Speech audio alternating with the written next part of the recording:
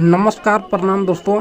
आज power star Pawan Singh आज court में पेशी था।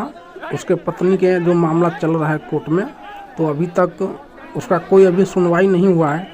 पावर स्टार पवन सिंह के पहुंचते ही पब्लिक इतना इकट्ठा हो गया, पूरे कोर्ट में भीड़ लगा दिया, अफरा तफरी मच गया और पावर स्टार पवन सिंह सावधानी से निकल रहे हैं और जा रहे हैं अंदर कोर्ट में। आप लोग देख सकते हैं, आप लोगों में दिखाने का प्रयास कर रहा हूं, देखते रहिए आप लोग।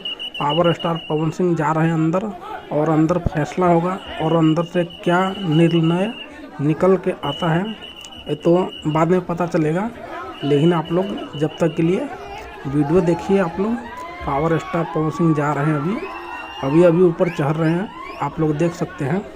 अगर दोस्तों हमारा वीडियो अच्छा लगा होगा तो लाइक कीजिए, कमेंट कीजिए और चैनल को सब्सक्राइब कीजिए।